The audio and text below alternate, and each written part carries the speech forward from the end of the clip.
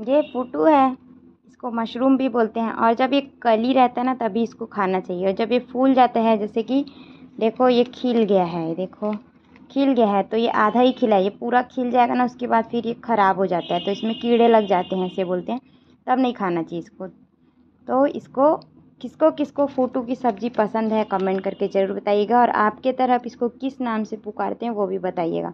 इसके बहुत सारे नाम हैं, कहीं कहीं इसको धरती के फूल बोलते हैं।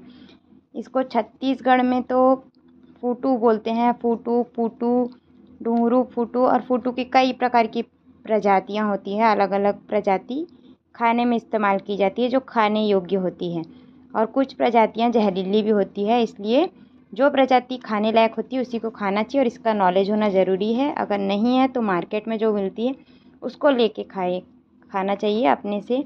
अगर नहीं पता है तो उखाड़ के नहीं खाना चाहिए।